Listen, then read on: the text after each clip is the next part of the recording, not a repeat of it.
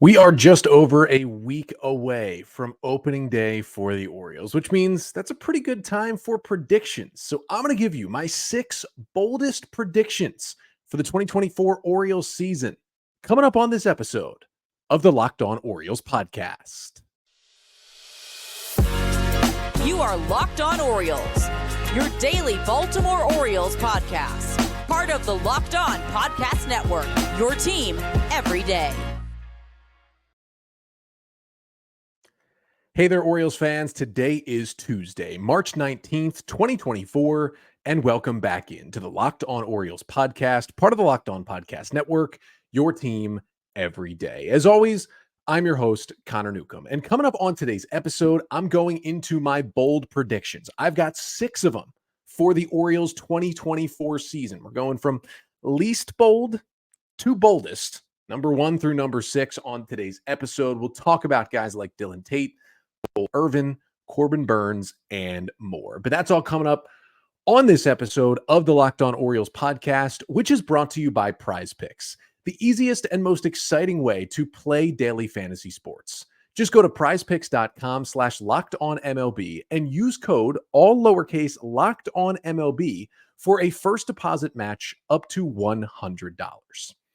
So it's bold prediction time. Last year, I did my bold predictions before the 2023 season. Even my boldest predictions didn't say the Orioles would win 101 games and win the AL East. So sometimes I'm not even bold enough when I do this. But my best bold prediction from last year was really something I didn't even go too far off a limb for, something I really believed, was that Kyle Bradish would end 2023 as the Orioles' best starter and would be a shoo-in for the opening day 2024 start.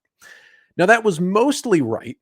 The first thing to throw a wrench into it was the Orioles traded for Corbin Burnes, and he became the opening day starter. And then, of course, we got the Kyle Bradish UCL injury news. He will not be ready for opening day, unfortunately. But in terms of what he did in 2023, I was on track there. I believe I did 5 bold predictions last year. That was really the one that stepped up and took the cake. So I've got 6 here. Know that at least one of these things will come true. And the rest of them, we'll see. I can't always be right. Can't always be right. Again, these will go from, that's a little bold to wow on the bold scale. So we'll start with number 1.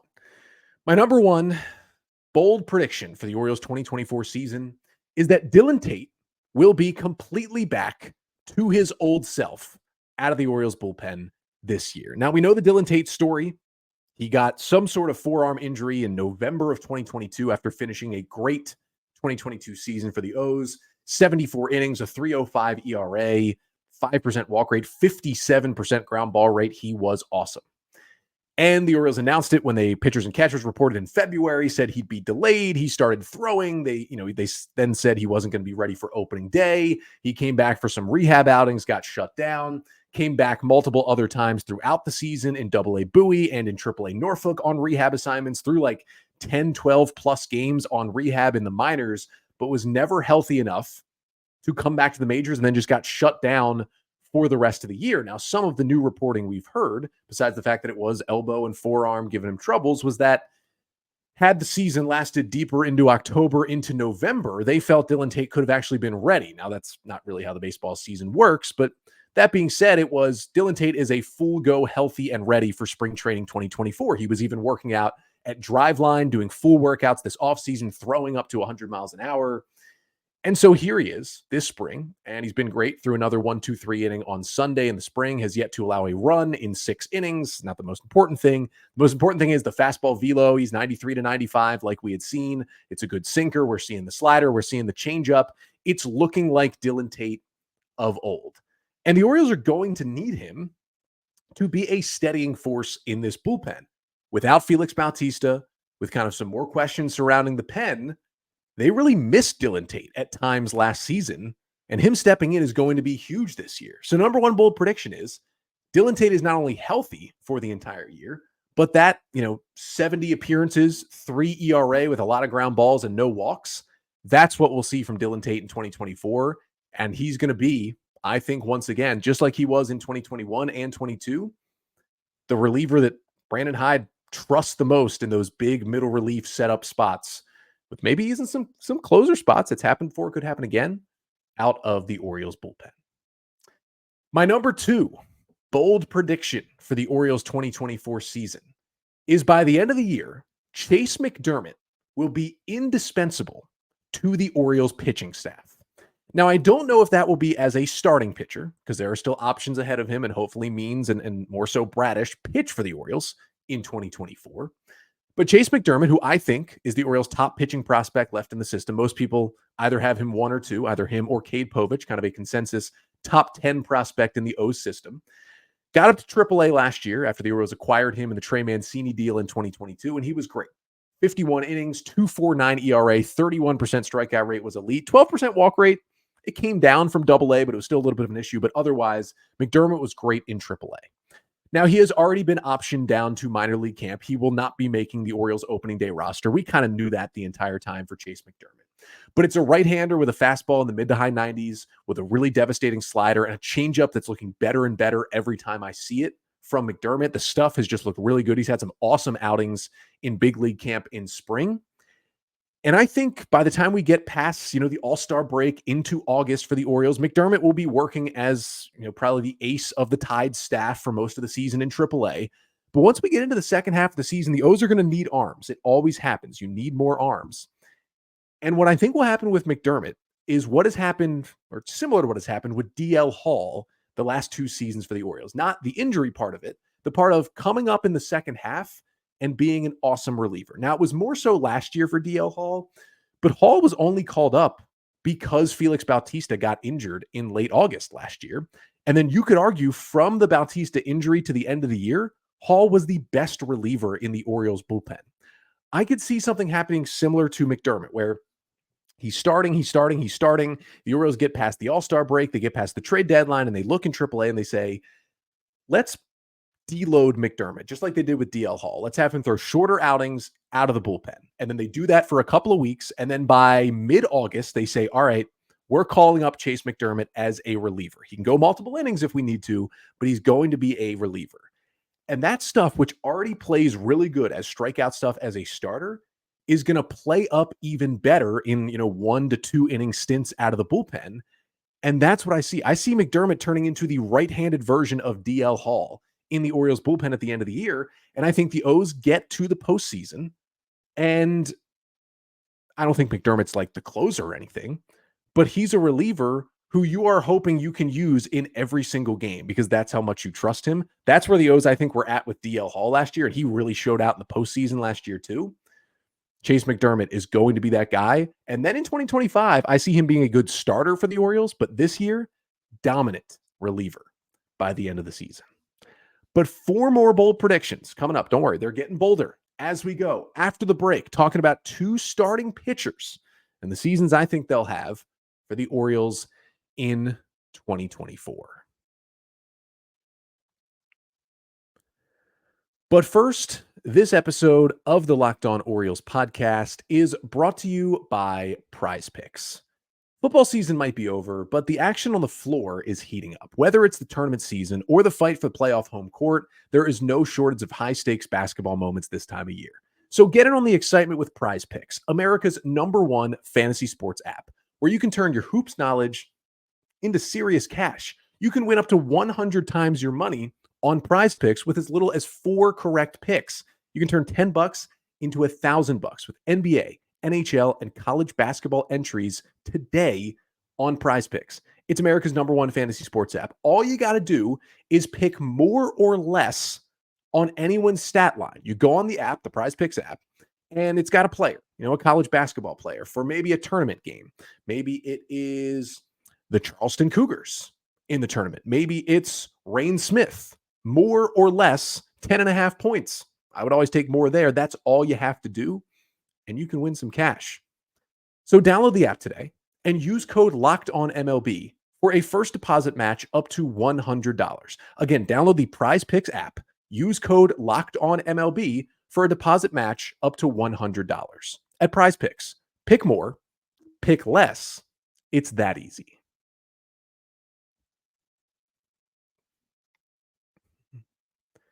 So I am back here for my Orioles bold predictions for the 2024 season. But first, as you know, Locked On has launched the first ever national sports 24/7 streaming channel, Locked On Sports Today. And baseball fans, you should mark your calendars for Wednesday, March 20th at 7 p.m. Eastern Time for the best MLB season preview coming exclusively to Locked On Sports Today. On Wednesday, March 20th at 7 p.m. Eastern Time, be the first to get local insight from the MLB local experts of the Locked On Podcast Network, including yours truly. Find it on March 20th at 7 p.m. Eastern Time on the Locked On Sports Today 24/7 streaming channel on YouTube or the free Amazon Fire TV channels app. So to bold prediction number 3 for the 2024 Orioles season. Cole Irvin will make 25 or more starts for the Orioles, and none of us will be upset about it. Now think about that sentence. If I told you right now, Cole Irvin is making 27 starts for the 2024 Baltimore Orioles, most of you are probably having a negative reaction to that sentence, but this is what I'm here to tell you. He's going to make 25 or more starts, and we won't be mad because he will be good enough to keep him in that rotation and help the Orioles win some games. Now, I know it was rough at times last year for Irvin in his first year as an Oriole after they acquired him from the Athletics in that offseason trade. He made 12 starts and 12 relief appearances, and in 77 innings, he had a 4.42 ERA. It wasn't terrible, but it was terrible at the beginning of the year. He was in the opening day rotation, made those 3 starts, and was absolutely horrendous in 3 starts, and the Orioles optioned him to AAA for a while. Now, when he came back, it got better and better, and in the second half, Irvin was really good. He was back in the rotation for a while. He was in the bullpen for a while. But in the second half of the season, in 40 innings, Irvin had a 3.40 ERA. He was really helpful for the Orioles. Now, he's known as an innings eater, and for him to only give the O's 77 innings last season was not great. But if you even take out July, Irvin still did struggle a little bit in July. He had a 2.25 ERA in August and a 2.70 ERA in September. Now, that was only in about 30, 35 combined innings between those 2 months, but it's still surprising to me at this point, and I don't think it was the most egregious move in the world, but that Cole Irvin wasn't even put on the Orioles postseason roster for the ALDS last year because he was pitching so well, both as a starter and a reliever down the stretch. Now, we thought coming into the year, coming into spring training, that Irvin was going to be into the bullpen. The Orioles used those options last year. He is out of option years. He cannot be sent to AAA without being put on waivers, and he's a guy who'd get snatched up in a second. The Orioles are not putting him on waivers. So he comes in. We're thinking, all right, he pitched well out of the bullpen last year. At worst, he can be a mop-up guy, a long guy, and even in short stints, he looked good as a reliever. He's going to be helpful as a lefty to this team. Then we learn about what he did at Tread Athletics this offseason, upping his velocity, throwing the hardest pitch he's ever thrown in a spring training start, the stuff looking better and better. And we're like, all right, this could be the Cole Irvin year. And that goes along with the fact that we know, at least to start the season, Irvin's going to be in the rotation. The Orioles won't have Kyle Bradish. They won't have John Means to begin the year. And that moved Tyler Wells and Cole Irvin into rotation spots. And you never know what's going to happen once those 2 guys come back, if they do. Now, the thought is John Means will probably hopefully be back sometime in May. So that gives Irvin 4, 5, 6 weeks in the rotation to win a spot. And it's always possible, and I think more likely, that when Means comes back, Tyler Wells goes to the bullpen and Irvin remains in that spot. And if Kyle Bradish misses this whole season, which is totally possible, he's positive progression, but Tommy John surgery is still very much on the table for Kyle Bradish. The Orioles are going to have to turn to Cole Irvin for a while. And if he shows the combination of what he did in the second half last year, which was keep the ball on the ground, was the best ground ball pitcher he'd ever been in the second half, stuff looked crisp, the velocity's up, the stuff's looking better from his offseason work, combine all that, he will look much closer to the Oakland Athletics version of Cole Irvin. Because if you think about the year before he got traded to the Orioles, the 2022 season for the Athletics, so not a very great baseball team, but he made 30 starts for the A's. He posted 181 innings and had a 3.98 ERA. If that is the stats of your number 5 starter, 30 starts, 180 innings, 3.98 ERA, you are in a great start if that's your 5 starter. Now, for the A's, he was more of their 2 or 3 starter at times. But if that's your 5, you are a really good team. If you can rely on a 5th starter and you don't have to cycle one in and out, that is huge. So at worst, he'll eat some innings, but I think he'll be good enough, A's level and maybe better, that we're in September. Irvin's still in the rotation. We're like, yeah, maybe he's not in the playoff rotation, but he's been a great 5-man, and he's going to be helpful out of the playoff bullpen as well. I know that kind of seems crazy for what he did at some points last year, but dive a little deeper. This is the Cole Irvin season. It's coming in 2024. Bold prediction number 4, going from the number 5 man in the rotation to the number 1 guy in the rotation. Corbin Burnes will win the 2024 American League Cy Young Award. That is how much I believe in Corbin Burnes. Now, I know he hasn't been the exact same pitcher over the last couple of years as he was in 2021 when he won the NL Cy Young Award with the Brewers. That year, he was outstanding. But he didn't eat as many innings. He only made 28 starts.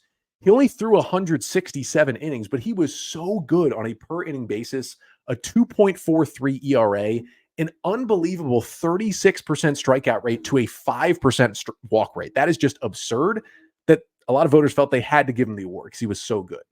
Then the next year in 2022, his ERA went up a bit. It was closer to 3, but he pitched like 20 more innings that next year. And the innings count started to go up and up for Burnes. And then last year in Milwaukee, he made 32 starts. He threw 194 innings, which is much higher up. And now I get that the ERA was 3.39, almost a run higher, but it was also a 2.71 ERA in the second half last year for Burnes with the Brewers. He made adjustments. He added a sweeper. He changed how he threw his pitches, and he looked like the Cy Young version of Corbin Burnes in the second half of last year. Now he's added this new curveball, and he's going to be on a good team, which always helps you get award votes, and he's in a walk year. He is in a contract year, and he has seen what has happened to Blake Snell this offseason. I'm recording this on March 17th. Blake Snell, the reigning NL Cy Young Award winner, is still a free agent because teams are worried about, oh, he's not durable. He doesn't get deep enough into games, even though the strikeout stuff is there, blah, blah, blah, blah, blah, blah. Burnes will win this Cy Young, but not exactly like Snell did it. With the walks down, the strikeouts still up, pitching over 200 innings for the Orioles this year, being a workhorse, being a Garrett Cole-type pitcher. And remember, Garrett Cole is going to miss some time. Even if Cole doesn't get Tommy John surgery, we've learned he's going to be out at least 2 months. You miss that much time, you're just not winning the Cy Young Award, and he was the leading favorite for the award. He won it last year. You'd have to think he'd be the favorite coming back. I think it's going to be Corbin Burnes in a walk year to know how much he has to do to get a big contract. This is the time to do it. And there's a lot of players who rise to the occasion and play even better in their free agency year because they know they're going to get paid. And it seems like Corbin Burnes is going to be one of those guys. It is going to be a special season on the mound for him. And I think he ends it with some hardware in Baltimore. But I got two more bold takes, 2 more bold predictions to get to. We'll talk about the Orioles as a team. We'll talk about what one of their special rookies could do in 2024.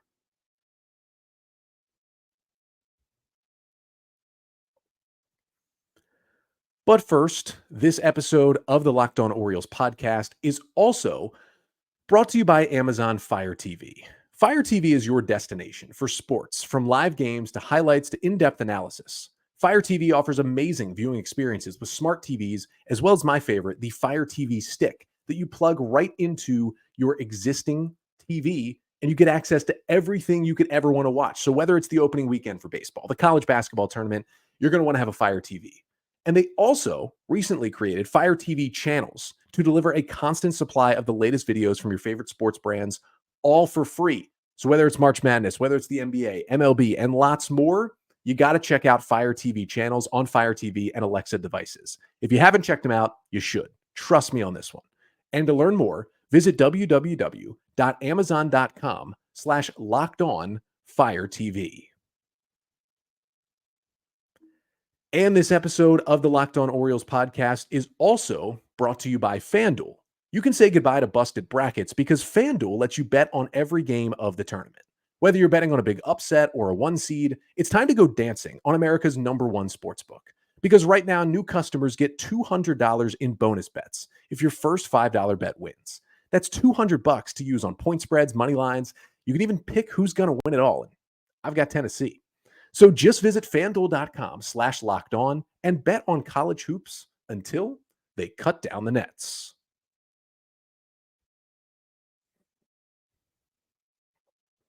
Back here on my Orioles 2024 preseason bold predictions episode. 2 more bold predictions to get to.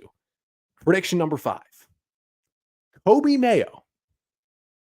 Coby Mayo, not the other ones, but Coby Mayo will be the Orioles' best rookie in 2024. Now, most people would think, as good as Coby Mayo could be, as good as Heston Kjerstad and Colton Cowser could be, most people would think, all right, Jackson Holliday, the number one overall pick, the number one prospect in baseball, who could be on the Orioles and I think should be on the Orioles opening day roster, is going to be their best rookie and could win AL Rookie of the Year in 2024. That could all be true. But I think it's going to be Coby Mayo. And this is not just because of how good. I mean, he has been great in big league spring training so far for the Orioles. And Holliday and Cowser and Kjerstad, I think they'll all certainly play big roles for the Orioles this year. But Mayo was just unbelievable in AA last year. Goes to AAA, almost 300 plate appearances, 127 WRC plus, walks were high, strikeouts weren't terrible, hit 12 home runs. Good story in the Baltimore Banner from Andy Koska earlier this spring about how Coby Mayo fixed his throwing motion. His defense at third base has gotten a lot better. He played first base in the spring training game on Sunday as well. He worked a little bit in the outfield this offseason. He's becoming a little more versatile. And the balls that he hits from the right side are unbelievable. The exit velocities, the distance, the sound it makes off Coby Mayo's bat is unheard of. And the question always was, okay, could he stick at third base defensively? Seeing what we've seen this spring, it's becoming more and more clear that he can do that.